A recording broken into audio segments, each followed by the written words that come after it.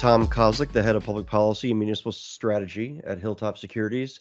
Thank you, everyone, for joining us today for this episode of our Hilltop Talks Politics and Finance podcast series for 2024. During these Hilltop Talks discussions with subject matter experts, we consider topics that intersect the areas of politics and finance at the federal, state, and local levels in the United States, and we often concentrate on issues related to U.S. public finance and the municipal bond market. This is the second episode for 2024.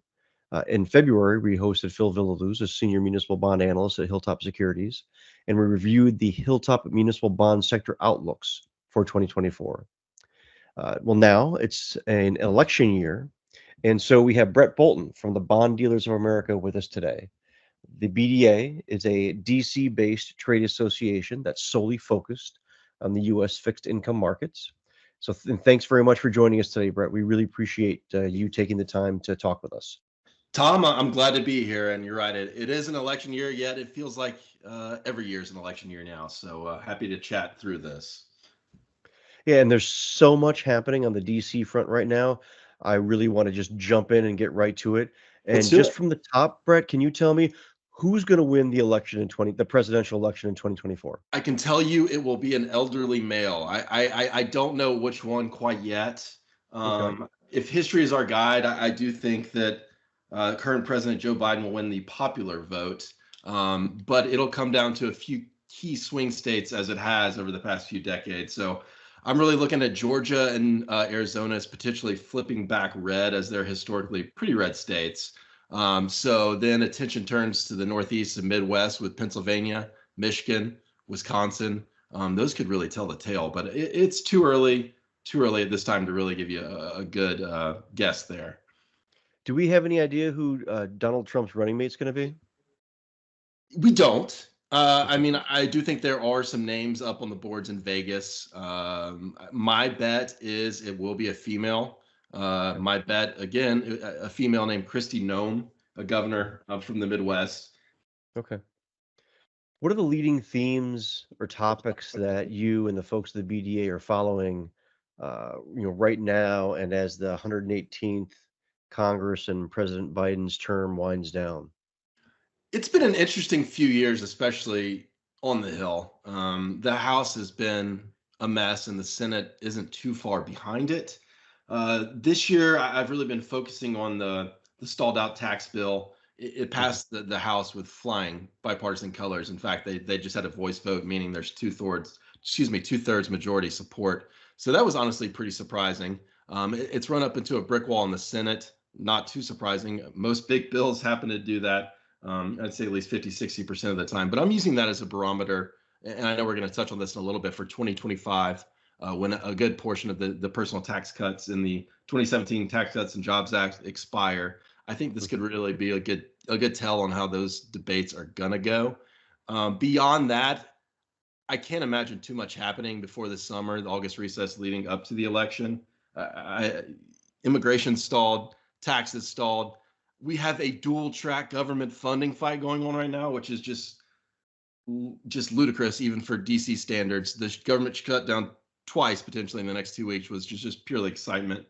So there's just a lot going on, and none of it is really including all that much of a positive outlook, Tom, I hate to say. Yeah. I'm going to ask you about immigration and the potential for government shutdown in a second, but I wanted to include this question first. We've seen banking regulators propose new Basel III capital reforms for some U.S. banks. What's the BDA's view, and what has the BDA done recently in response to this possibility? Yeah, so we joined some issuer groups led by the GFOA, Government Finance Officers Association, and also SIFMA joined us on this letter, just kind of urging the regulators to take a step back, take a look at the piece of regulation and how it may impact muni holdings in particular.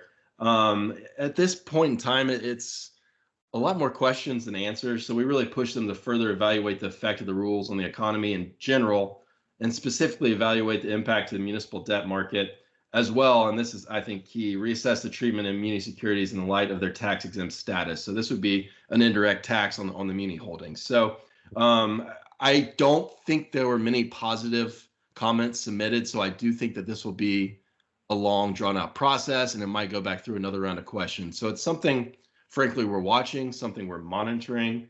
But at this point, the capital requirements for banks, I believe it's over 100 billion. So it doesn't impact that many of our members, but it's definitely something that we're watching. Do we have any idea of what the timing is going to look like on this? You I, mentioned a long drawn out process. yeah, I do not know, Tom. Okay. I'm sorry. Yeah. Okay.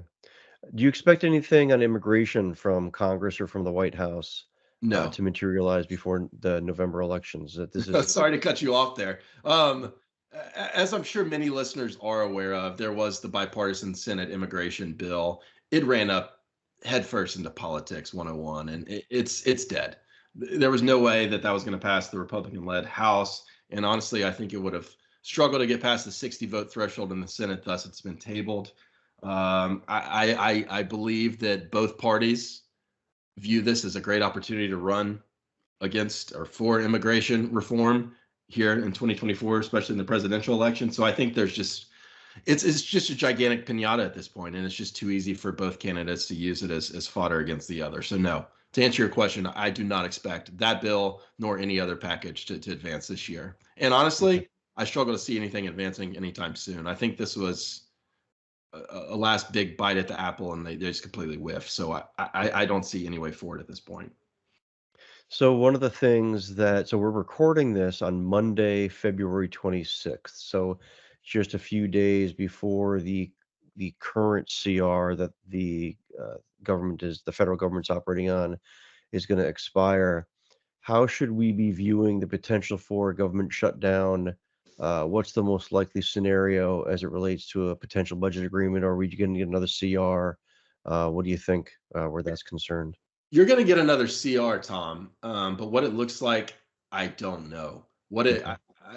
I did hear this afternoon, and yeah, you mentioned it's February 26th, that both House leaders and Senate leaders are going to go up to the White House tomorrow, Tuesday the Okay. 27th, to have a meeting with President Biden. So I know that's not much of a development, but in the scope of this discussion, that's a pretty huge development. Mhm. But as I flirted with earlier in the conversation, the two opportunities for the government to shut down in the next 2 weeks. Maybe it's the cynic in me, but you got to think batting 50% seems like a win for this group. So it's a real problem I think we're about to face in the next 2 weeks. There's a really good chance that the government shuts down at least for a short period of time. I know that the Republican caucus in the House especially are really going to struggle to get a CR across the finish line. I think the margin now is down to 1 or 2 votes if everybody's there and healthy and on the House floor. And I know that beyond the Freedom Caucus in the House, you're going to have the moderates pushing back because there's not going to be a SALT fix included, et cetera, et cetera. We can go down any one of these little rabbit holes you want, but it's going to be hard to get anything across the finish line without a big chunk of Democrats joining. And we all need to ask former Speaker McCarthy how that went for him and what the outcome was for that when he joined a large coalition of Democrats. So it's a potentially ugly situation, and I don't see a way forward here. So one of the hot topics for the last, especially year or so, has been about SALT. Is there enough support in Congress to overturn the state and local government tax cap? So there were conversations, especially around the tax bill that passed the House a few weeks back, that the SALT coalition, led by Northeastern Republicans, would have a separate piece of legislation introduced. It would give a 1-year doubling of the current SALT cap. That piece of legislation exists. It's yet to go through Rules Committee, and I don't think it'll see the House floor under this Mhm. House leadership. I think for SALT, you got to look again at the 25 tax discussions. I Yeah. think it would take a wholesale change of House control, maybe even you might even need blue control of all three, both chambers of the legislative branch as well as the executive to get something through. Mhm. But it is a pretty popular provision. It's just a pretty expensive provision. So at this point, I think it's going to just continue to be an issue. And we also should keep in mind that actually the SALT cap expires at the end of 2025. So maybe the answer there, Tom, would be they just let it expire and it goes back to pre-2017 tax status. But a little too early to tell at this point. So The President's State of the Union's coming up in the beginning of March. Are you expecting what big picture topics are you expecting could be included and or talked about? And are there any surprises that we should be thinking about?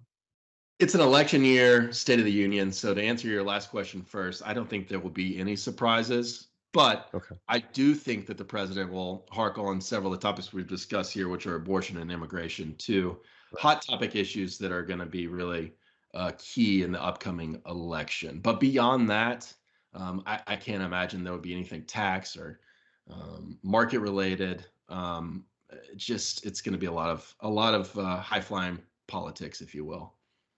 Do you think infrastructure is going to be a talking point or a subject leading up, not necessarily for the State of the Union, but do you think that the topic of infrastructure is going to be a talking point or a subject leading up to the presidential election like it was back in 2016?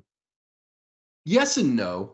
Yes and no. I don't expect another huge package to come through. They got two through in the past 4 years, so it really surprised me if either candidate is pushing for another huge bill. I do think President Biden will tout the Infrastructure Investments Act as well as the. I think I'm confusing there. I think the bipartisan one is the Infrastructure Investment Act, and then the Scaled Back Build Back Better, the two big pieces of infrastructure legislation his administration helped get through. So they'll definitely tout that. Hmm. I don't know what President Trump, he might push back against that, and maybe say they need to promote a new bill covering more of his priorities in the next Hmm. Congress. But frankly, I haven't heard that much about a purely infrastructure bill going Yeah. forward. Now, you have the FAA reauthorization, the Highway Trust Fund reauthorization. Those are always going to be hot topics, and Right. those are always coming up every few years. But beyond that, I think it's going to be a tough ask to get a big spending bill through at this point. Okay. Back at the beginning of February, the bond buyer published an opinion piece you wrote titled "The Time to Act is Now to Protect the Tax Exemption." Before we get into the meat of that opinion piece that they published by you, I'd like to review a little background that might help some of our listeners about the municipal bond tax exemption and the potential threat that you wrote about. I'd like to kind of set the stage. So, Sure. in order to do that, I was wondering if you could tell us a little bit about what happened in 2017, about how and when the public finance community lost the ability to use the tax exemption for advanced refundings. Tom, if okay with you, I'd like to start a few years before that. Back Yeah, in please. 2012, the Camp Deficit Commission during the Obama administration, I think has been the most recent big full call for the elimination of the tax exemption. And throughout the Obama administration, their budgets, at least two or three times, correct me if I'm wrong there, Tom, called for at a minimum a haircut of the tax exemption. Yeah, So you're right. the groundwork has been laid over the past 10 to 15 years. And I think that led into 2017, where the House eliminated both tax exempt advance refundings as well as fully eliminated private activity bonds. And I think the PAB portion of that conversation gets forgotten because the Senate stood up and went to bat for PABs. In particular, Senate Republicans pushed back against their House colleagues to save PABs in the end. But as I'm Mhm, sure everyone listening knows, advance refundings were lost. mhm. So that brings us to the conversation we're having today, and the reason why I and the BDA are concerned about the tax exemption. The vast majority of personal tax cuts within the 2017 Tax Cuts and Jobs Act expire on December 31st, 2025. General thinking is it's hard to raise taxes on the middle class. So no matter who's in charge of the presidency or either chamber of Congress, they're going to have to come to some type of compromise to extend a vast majority of these personal tax cuts. But as discussed a few minutes ago, I do think coming out of COVID, coming out of the infrastructure packages, two huge packages that passed, both parties have found religion on debt, deficit, spending. The concerns are valid, and the concerns are there, and the concerns are growing by the minute, with the federal interest just going out of control and the debt and deficits just growing out of control. So that brings me to my point of these tax cuts will have to be paid for, and historically they've been paid for by dynamic scoring, meaning that they would just magically pay for themselves with economic growth over time. I think that both parties are going to move beyond that and actually pay for them by cutting spending. So then you look at the tax exemption for municipal bonds. It's a top 10 tax expenditure for the federal government, coming in at something like $40 billion annually. So it's no cheap provision. And when you're that expensive and you're that towards the top of federal expenditures for tax, you got to be alarmed. You got to be concerned. And just looking, as I mentioned, in recent history over the past 15 to 20 years, people have tried to come at it before. They've failed.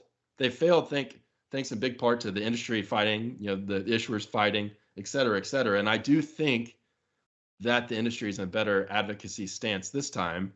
The public finance network led by GFOA in particular has really coalesced both the banking side and the issuer side to create a great group of advocacy organizations that are working hand in hand in concert. But the threat's there. The threat is really there. So we'll see what it looks like in 25. We'll see how it starts to move. It's still way too early to tell at this point. In my personal opinion, just looking at the numbers, I think the House flips blue. I think the Senate flips red. And as mentioned, I have no idea who's going to be the president.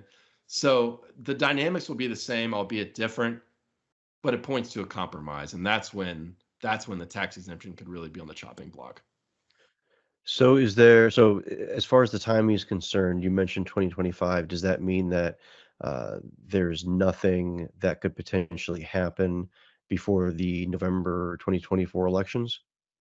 Yeah, that would be I could not see any scenario where anything with the TCJA is accomplished pre-election. Okay. So then I'm going back to the kind of the title of the piece. The time to act is now to protect the tax exemption. What are the things that you're seeing along those lines?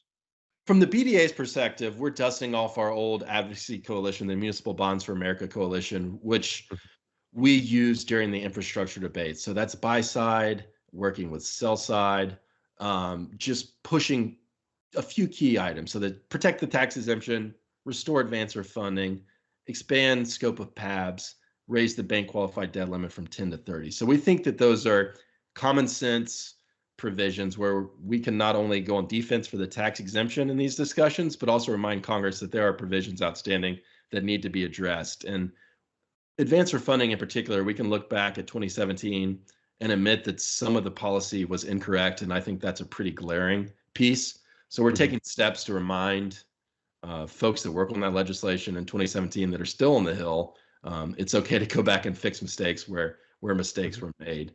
But beyond the MBFA, again, we're working with GFOA and the Public Finance Network, just ensuring everybody's on the same page, helping lead advocacy and educational efforts on Capitol Hill. Because Tom, you and I have had this conversation over and over again during Hill meetings. Staff turnover on Capitol Hill is insane, and very few folks were actually there in 2017 or especially prior to 2017. So education is necessary just to make sure they know what the tax exemption is and how important it is to our state and local governments, as well as our nation's infrastructure. So I think the key now leading into 25 is just get those engines revving. Don't wait till 2025 to start those efforts. We don't want a redo of 2017. We're not going to take our eyes off the ball. I know that everybody I work with here in DC and beyond is ready to take these talking points, ideas, hard proof of what good the tax exemption does for state and local governments to Capitol Hill. Okay.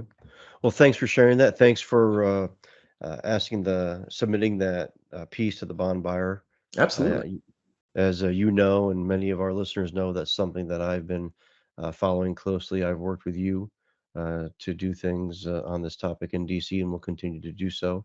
And I've published on this topic as well. But thanks very much for sharing what it is that the BDA is up to, what you're thinking, and what you're thinking about the tax exemption. That's very helpful. And Tom, can I just say it is important for the listeners, especially those folks that are market participants, get active in DC. They don't need to hear from me at the BDA, right? They need to hear from membership, bankers, traders, et cetera, folks that really know the nitty gritty of the market and can really help paint a full picture of what the market is and is doing. So that's just key, especially heading into 2025. That's a really good point, and I'm going to layer something onto that, because in the way in my seat of the major things that have come across and impacted the municipal bond market and public finance over the last 10, 15 years between BABS, a combination of the infrastructure package and all the other fiscal policy that's come from DC going back to 2021, the 2017 Tax Cuts and Jobs Act. Some of the more significant things that have impacted the public finance and the municipal bond market have come from DC, right? Absolutely. So that really, if from my perspective, stresses the importance of these things that you're not only talking about, you're working on. So thanks for mentioning that. I appreciate it. Yeah, and just listening to you speak there, those are all funding mechanisms, right? It's time for DC to really embrace state and local financing, and I think 25 is the opportunity for that. Yeah, great. That's great.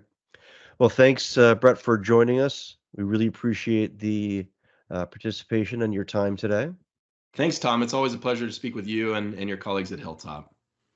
And thanks very much for those who tuned in and downloaded our recording today. We appreciate you taking the time to listen.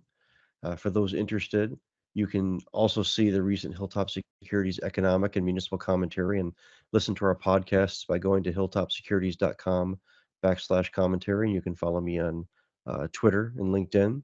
Thanks again, everyone. We look forward to bringing you more color in the future related to topics that intersect the world of politics, finance, and public finance. This has been Tom Kozlik from Hilltop Securities.